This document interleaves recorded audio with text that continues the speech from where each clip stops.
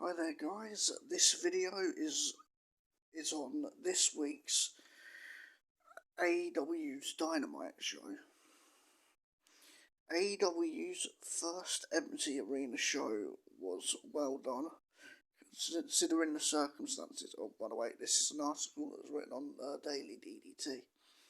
Stories were extended, characters debuted, and AEW was even able to make productive use of the wrestlers acting as the crowd, something that WWE definitely should have done with Raw and SmackDown. Let's look at the booms and duds from the March 18th, 2020 episode of Dynamite. Well, this was a different empty arena show compared to WWE's offerings last Friday and Monday nights.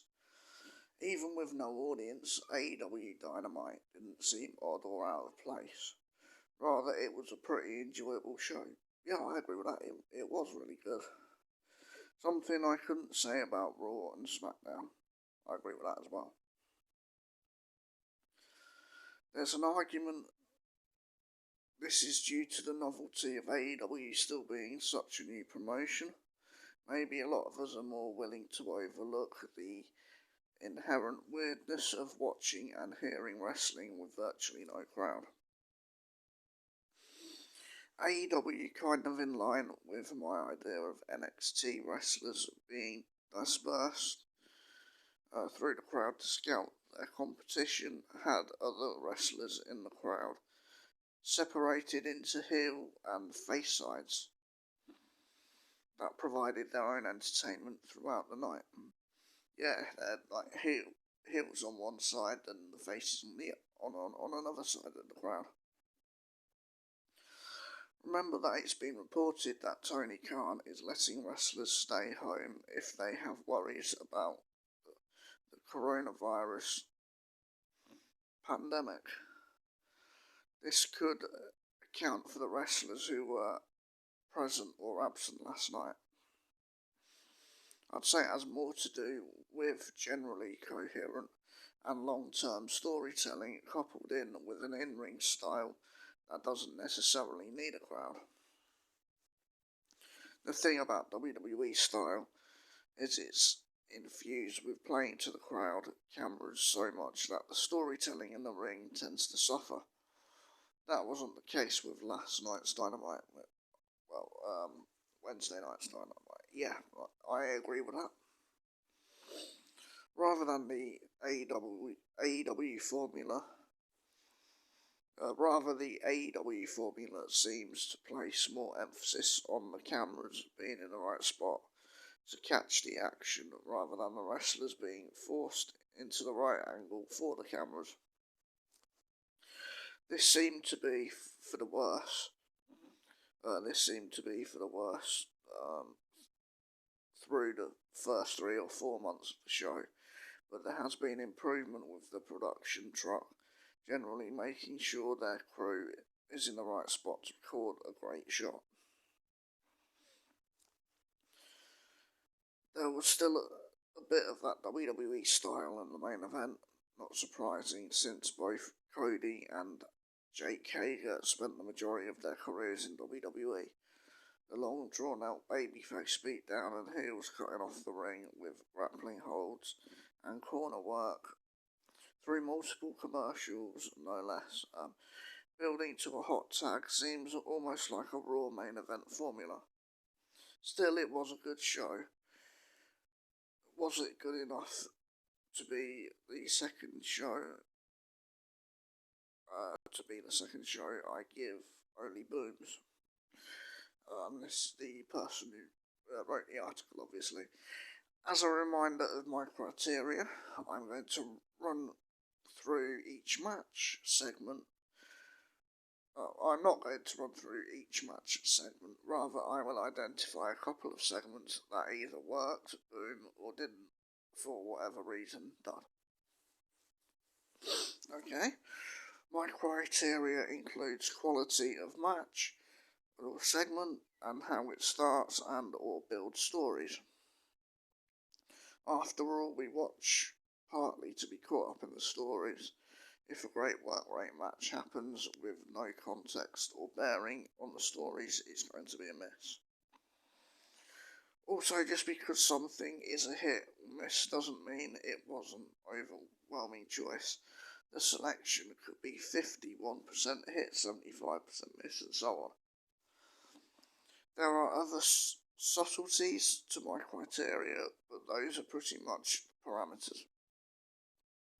We had the opening promo with Cody, Kenny, Omega and Matt Jackson, with an appearance by Adam Hangman Page. Lucha Brothers versus Best Friends with Orange Cassidy. Penelope Ford with Kip Sabian versus Chris Statlander versus Riho versus Hikaru Shida. The Butcher and the Blade versus Jurassic Express, Luchasaurus and Jungle Boy. The reveal of the Exalted One, a Lance Archer vignette, and the Inner Circle, Santana, Ortiz and Hager versus the Elite, Cody, Matt Jackson and Page. Boom. Patient, coherent storytelling. Each match and segment tonight continued what have been long-term stories or continue to set up what appear to be long-term stories. Lucha Brothers and Best Friends have had issues dating to late last year, not to mention the issues between Pac and Orange Cassidy.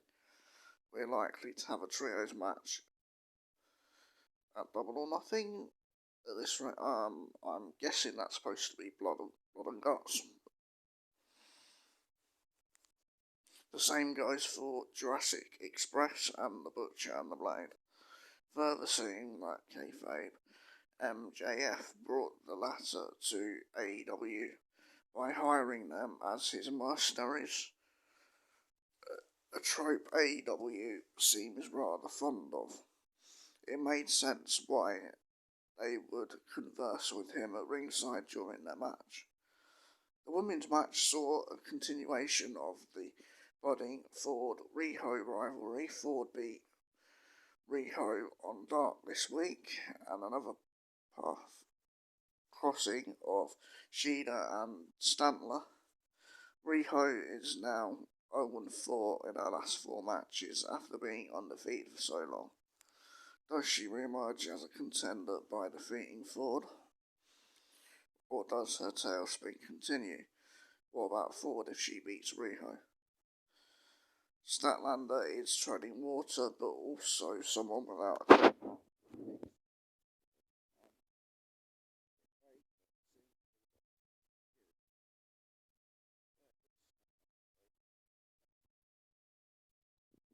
Shida is seemingly number 1 contender.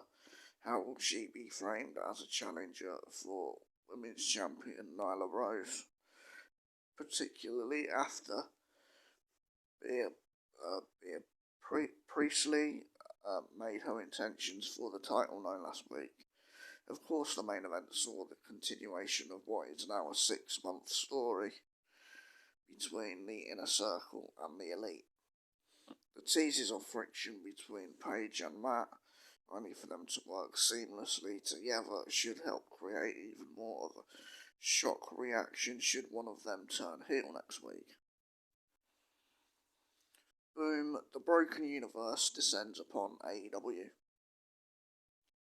The popular theory for Matt Hardy in AEW was that he was the Exalted One, but the identity of the Exalted One was revealed earlier in the night. However, I thought it was unlikely, considering the Young Bucks, once a target of Dark Order, met Hardy at the Hardy compound a few weeks ago on an episode of Free to Delete. After Nick Jackson's injury last week, Chris Jericho mentioned they found Nick like that, but the garage door was too heavy. Poor Nick. A spot was opened up for the Elite, and then is that, yes, it is, it's a Vanguard 1. Boom, an obvious but great selection. While I had been hoping for Scorpio Sky, the actual reveal of the Exalted One just worked. Hardy was the popular choice, but the second was Brodie Lee, aka Luke Harper. Both Matt Hardy and Luke Harper I thought definitely would end up in AEW. The obviousness of this selection dates to his past as a member of the Wyatt family, particularly his early cult-like days. Still, it works. Why?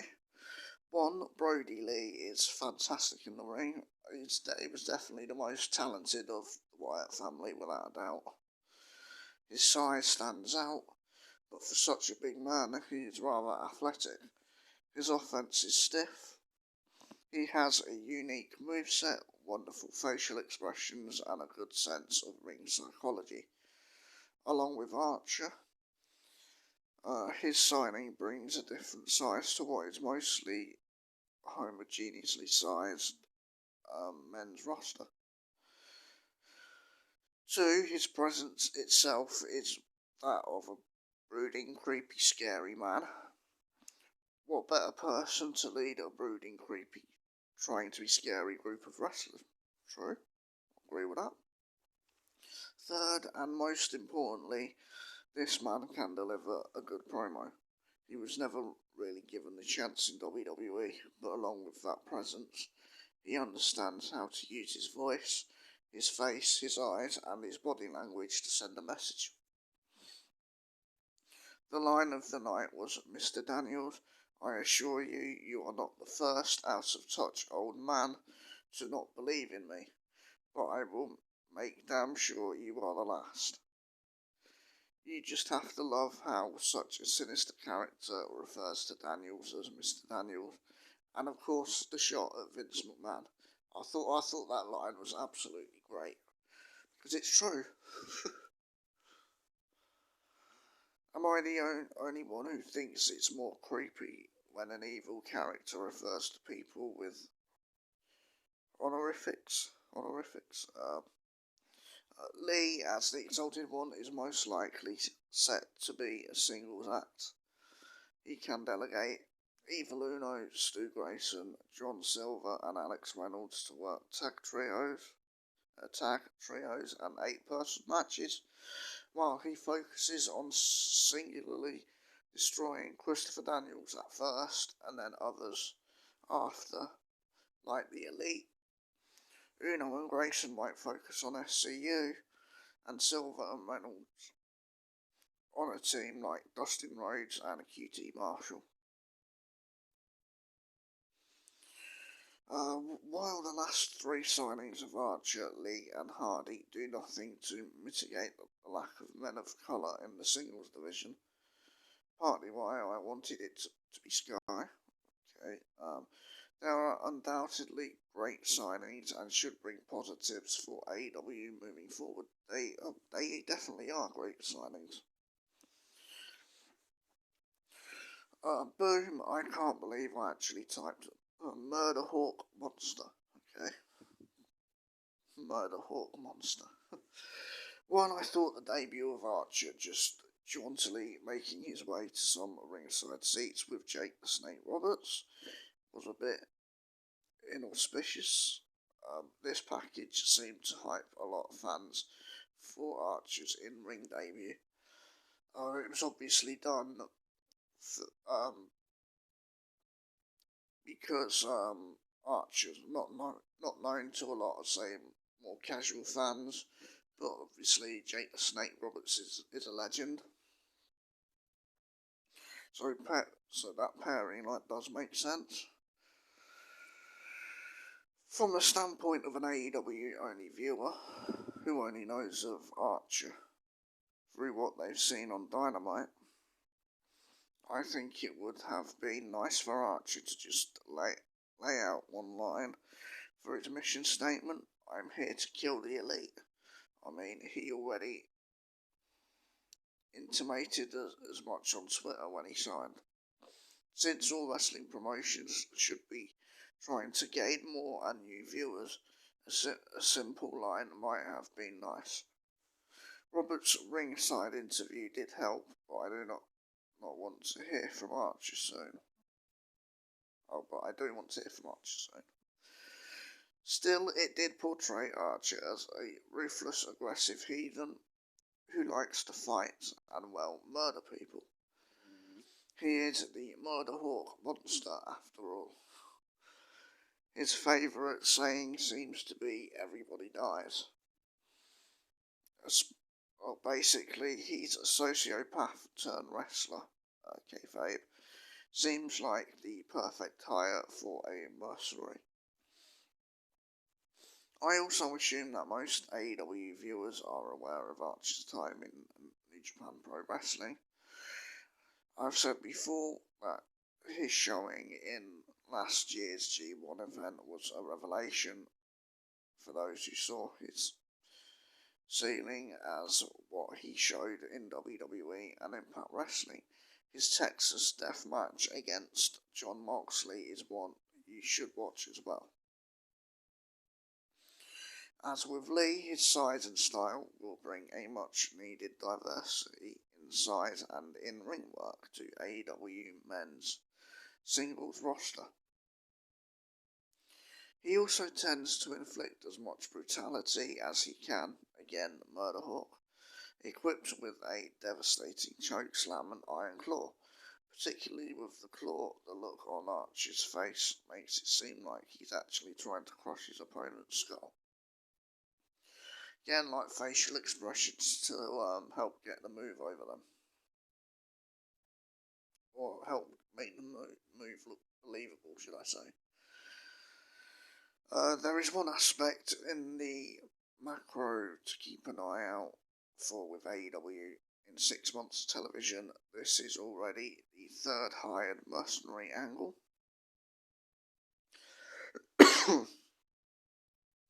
The first was the aforementioned hiring of the Butcher and the Blade by MJF. The second was Jericho paying Jeff Cobb for his one-off match with Moxley. Roberts with Archer is the third. I don't think it would stand out as much if it was more spaced out, but 3 times in 6 months does seem a bit much. There we have it. This is my second Boom Duds piece with no duds involved, and not necessarily something I expected considering the pandemic and changes to live sporting events. This was also a great bounce back from what I thought was an average show last week.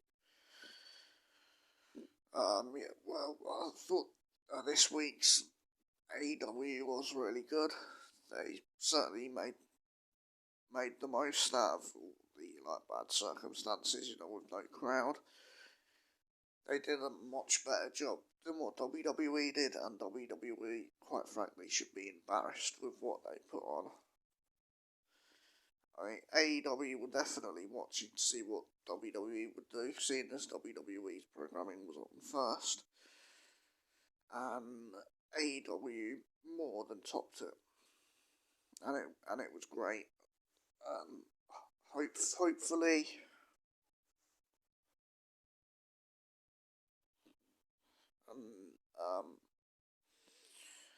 hopefully, AEW will be on next week as well.